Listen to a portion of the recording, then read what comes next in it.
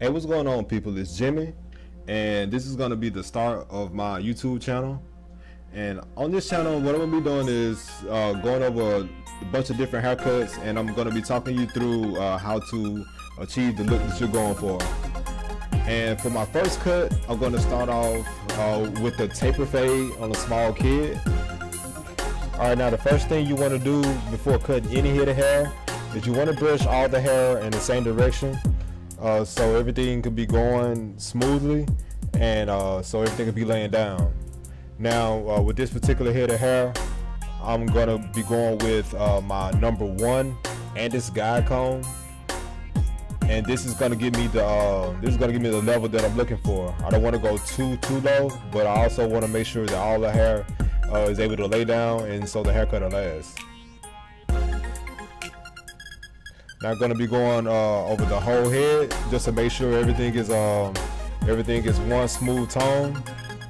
I want to prevent from any gaps being in the hair, and that's why I'm actually brushing so much and going against the grain. Another reason I'm going against the grain is because of its hair type, and it's just a more efficient way of just going and getting the job done. It also makes the haircut come out smooth at the end.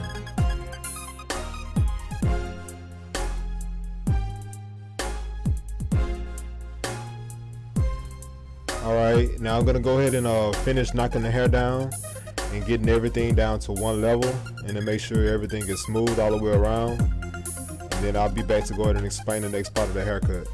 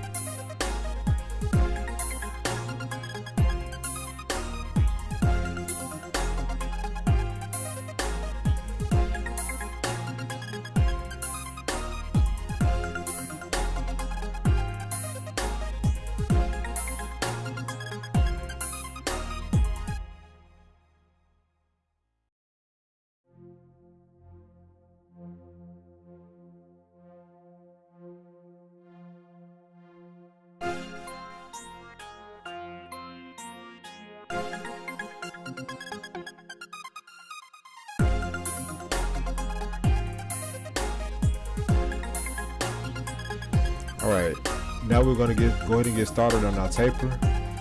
Now for this particular taper, I'm not going to go extremely bald at the bottom, but I am going to close my blade all the way up so I can get a clear enough defined line. Now it's important to remember, the higher you go up, you want to go ahead and open your blade up, and you want to go up a very moderate amount. So the higher you go up, you want to go ahead and open your blade up so you can take off less hair. The more you open your clippers up, the less hair is going to take off, and the higher you can go. Now, right, on this particular part, I'm going between open and close because I'm trying to knock out my initial line. Now, I'm at the part where I can actually go up a little bit higher. So I'm going to go ahead and put my blending guard back on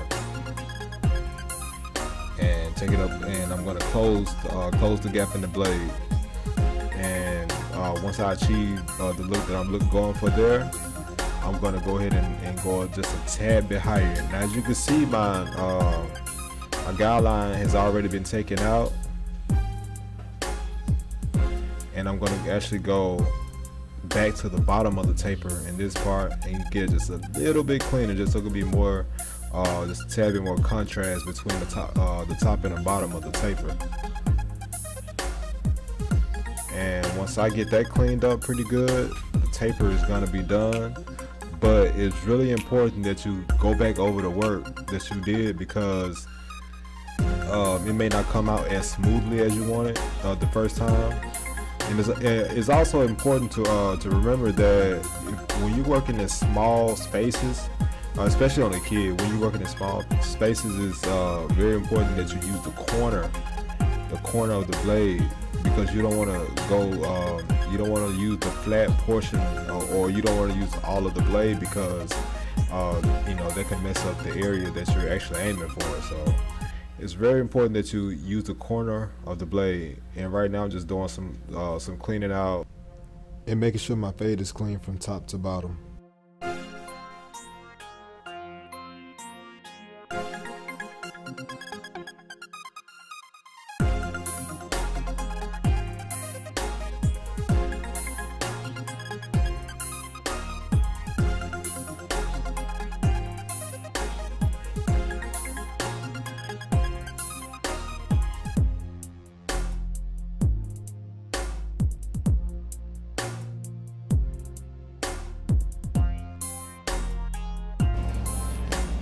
Now as for the back of the taper, I had already did the first 2 steps, which the first step was I created my guideline with the blade all the way closed, and then the next step I actually opened the blade up and I went up about a 1/4 inch.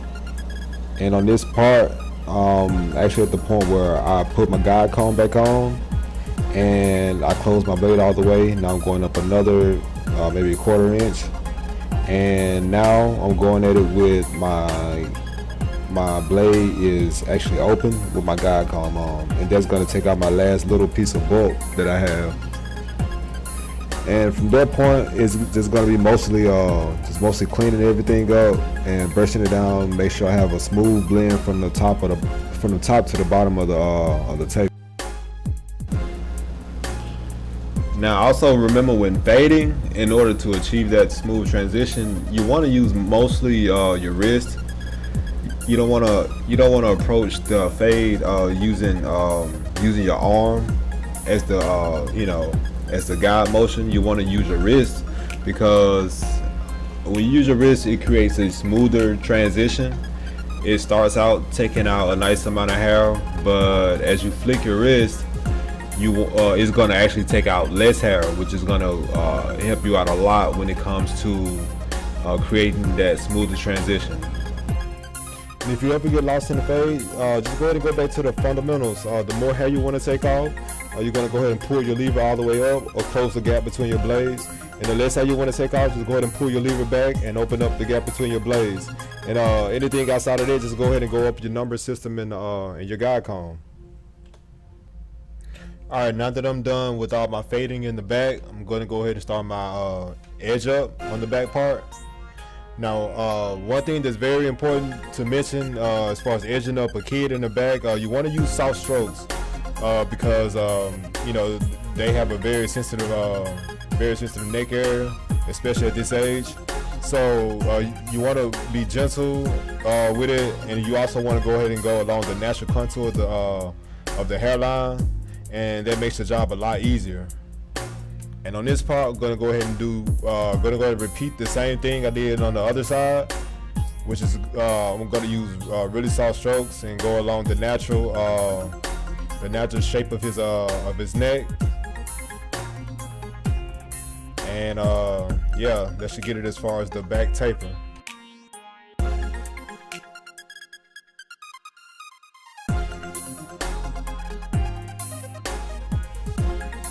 And also, while you're edging up the back of the taper, don't forget to get behind the ears.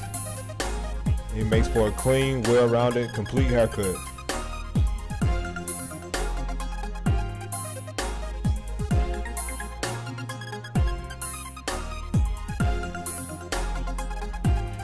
Alright, now that we have the back portion of the hair completed, which is the fade and the edge up, what we're going to want to do is go ahead and prepare and get ready to do the front edge up. And basically what we want to do is just go ahead and get everything brushed so it can lay down. And I think on this particular cut I saw some hair standing up, so I think I'm going to grab my clippers and just go ahead and go back over it just to knock it down, just to make sure everything is is as smooth and as low as we can possibly go without changing the tone of the hair. Alright, now to start the edge up, I'm going to go ahead and start at the bottom of the curve portion, and I'm going to be using the corner of my blade to get this done. And it's important to use the corner of the blade because you don't want to use the whole blade, because you're going to get like a flat line. So what you want to do is use the corners so you can get a smaller portion and your curve can be more clean and more defined. And coming out of the curve, I'm going to go ahead and go to the box portion, which is the part that is straight up and down going into the curve. And it's important, this part is very important because you don't want to go back far from the natural edge up. You don't want to go back far at all. You want to get as close to the natural edge up as you possibly can, while at the same time still achieving your detail. So I'm gonna go ahead and clean up a little bit more, of course. But then once I finish that, I'm gonna go ahead and complete the box portion, which is going straight up and down. And once I complete that part, I'm gonna go ahead and go across the top of the head to go into the box portion. And then that way you have the box portion going into the you're gonna have the straight part going into the box, and then the box part going into the curve. And that's gonna be once I complete it.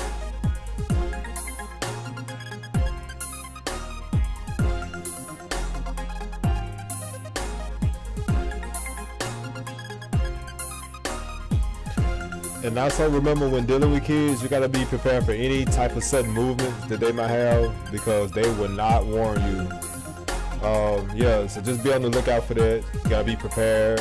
I guess you gotta be into your work, but at the drop of a hat, you gotta be ready to kind of snatch your clippers back. So just a heads up.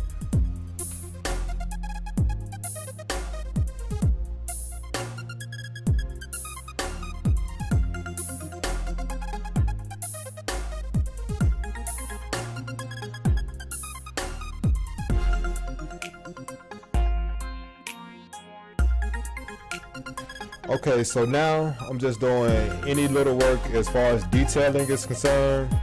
I'm getting all the small little hairs that's hanging over the edge up off, and I'm also getting all the hair off the forehead just so it can be cleaner when I finish. So I'm gonna go ahead and finish this side as far as the detailing and stuff like that, and when I come back, I'm gonna go ahead and start on the other side of the edge up.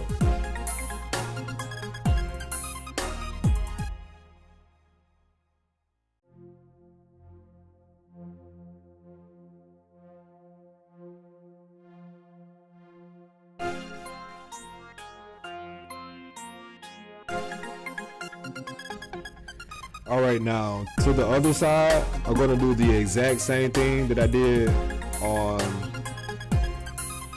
the first side, which is start at the bottom of the corner, and I'm going to use the edge of my blade. And again, the reason why I'm using the edge of my blade is because I'm taking off much less hair, so I have more control of the shape that I make. And I'm going to go, at this part, I'm going to go into the box area of the edge up. And just to make sure everything is detailed and no hairs are laying over. And continue to brush the hair. And now I'm going to go ahead and go straight across into the straight part of the edge up that's going across the forehead. And I'm going to go all the way back to where I meet up with my box portion. And then from that point, we should start to see a complete edge up.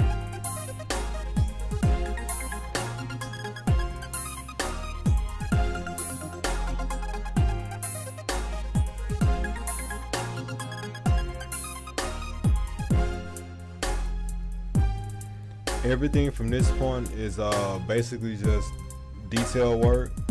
I'm just cleaning the outside of the edge up and getting the hairs that's hanging over the edge up, and I'm getting the baby hairs off his forehead just to give it a more clean look.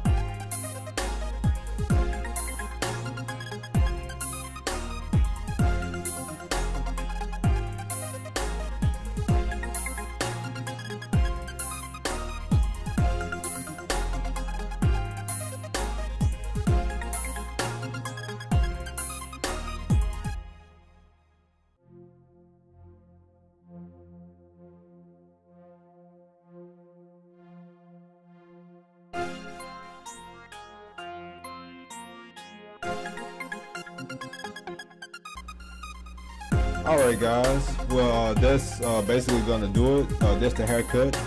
I'm just putting the finishing touches on it just to make sure everything is straight and clean and going straight across as far as the edge up, and all my shading is done as far as the fade. So until I come out with more content, please like, subscribe, and I'll be back at you with more material.